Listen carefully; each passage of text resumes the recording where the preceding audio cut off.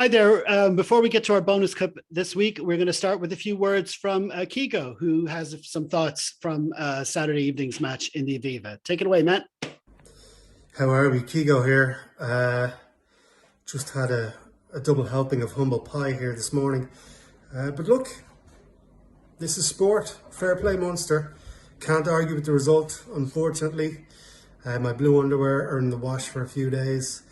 But just as a general comment to Leinster supporters, just grow up a wee bit. I understand we're all upset, but that squad deserved to be out there. They performed all year, performed over 2 years, to be fair. And listen, when you're beaten by a point, it's a close game. Mistakes on both sides. It was not the referee. Regardless of whether the referee should be reffing knockout rugby or not, it wasn't the referee that cost us. So let's just take a deep breath. Be grown-ups. Don't drink and post on social media. The lads deserve to be there. Squad rotation has been there for 2 years. Those guys had performed well enough to represent us, and that's the game. Okay, look, it's 1 point. Tough to swallow again, but look, defeat, the comeback, the setback leads to the comeback. Sorry, that humble pie must have had gin in it. But to my Munster brothers and sisters, well done. Genuinely, well done. Now, go and win the feckin' thing. Well, thanks for that, Keego. And you know what? The man is absolutely right. So here at Harpin Manor, we have made a pledge to never, ever, ever harp on Frank Murphy's performance on Saturday.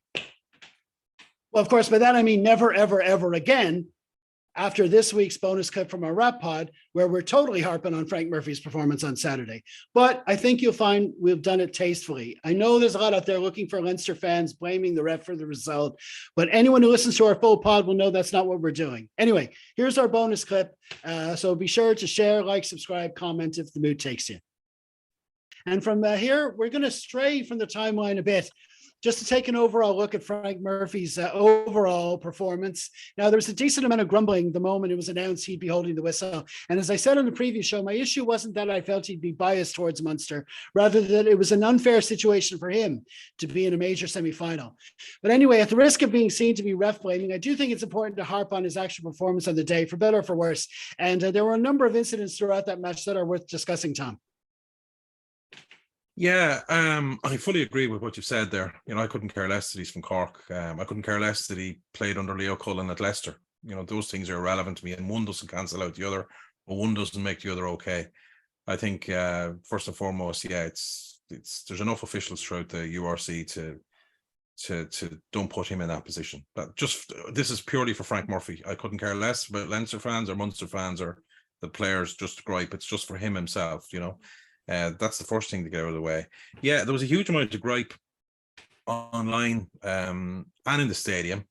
But I think a lot of that heatedness in the stadium comes from the closeness of the match and how much it matters. You know, with all due respect, and I won't just pick on this particular fixture, but for us, we've been spoilt over the last 5 years.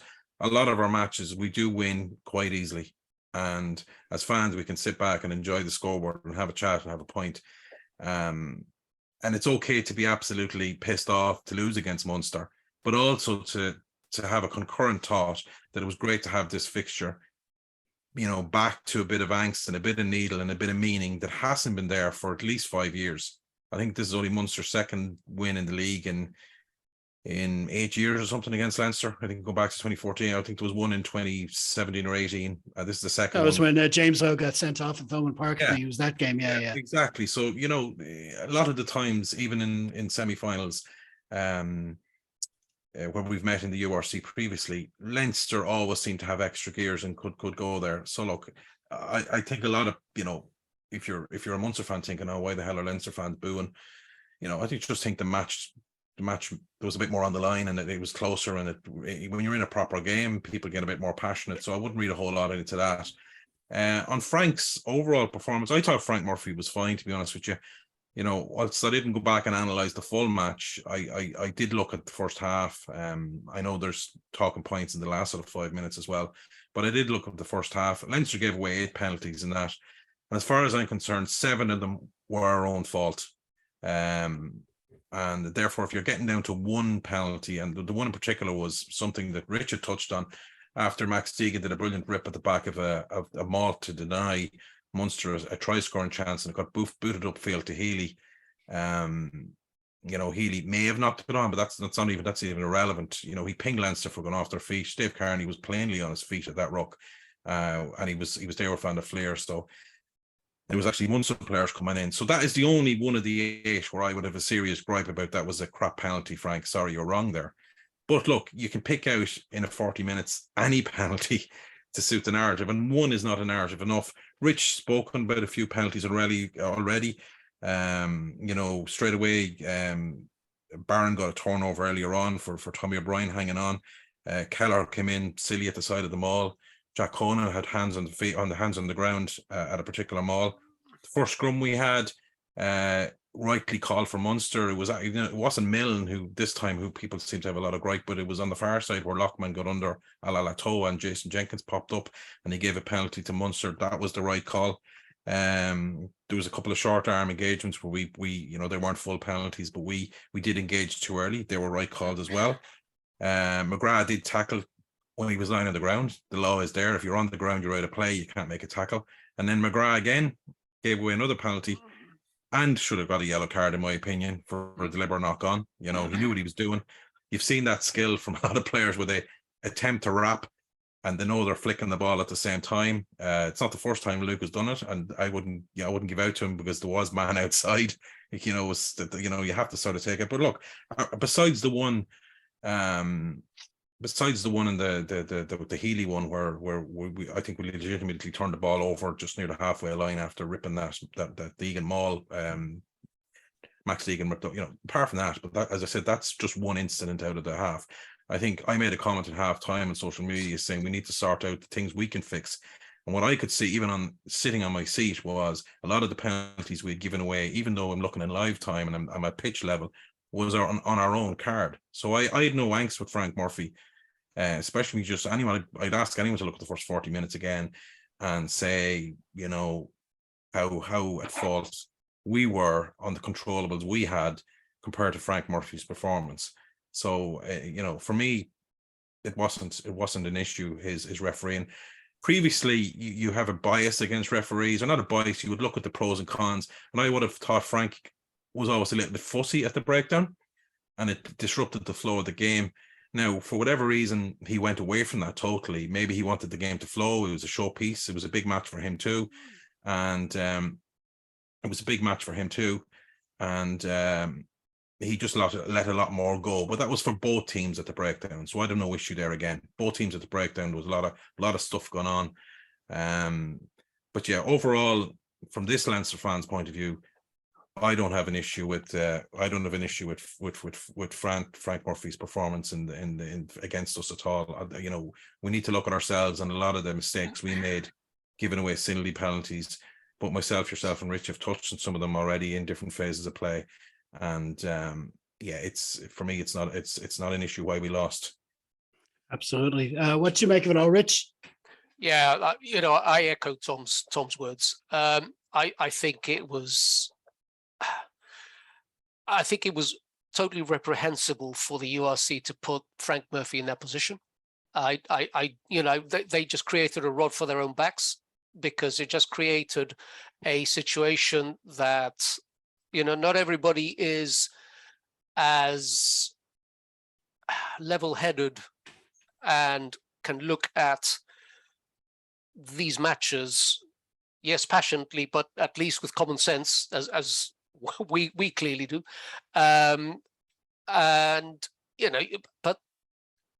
I have no gripe with Frank Murphy at all. But you shouldn't put him in that position. If you want to have an all-Irish refereeing team, Andy Brace goes in the middle, Frank Murphy goes as AR. If a simple solution. But why put Frank Murphy in that position? Totally unnecessary. And I'll reiterate what Tom has just said. An awful lot of those penalties were down to us. And the final thing I'd say about referees, and I don't normally comment about referees, because if you are reduced to discussing the refereeing performance, then you have a problem. You should ensure that your performance as a playing team takes the referee completely out of the equation, in the sense that you have moved the ball forward, you have put the opposition under pressure, you have created the picture that you want the referee to see. So it's in your hands. What do you do? Referees can't turn matches completely, certainly not over the period of 80 minutes. Yes, of course they can have a botched decision, absolutely, they're human. But I would challenge any of us armchair generals here to stand in the middle there with a whistle in your hand and take those decisions real time. That's not easy. So if you really want to make it difficult for the guy, then you get a guy who's played for Munster, who's also played with Leo Cullen, to ref a Leinster Munster match. I mean, the flip side to that is, where he's still refereeing, is getting Alan Rowland to referee the same match. Equally unfair on Alan Rowland. So yeah, that's my tuppence halfpenny with. Yep. I mean, I'm pretty much with both of you. I mean, for my part, I know there's a school of thought which says one must not question the officials no matter what.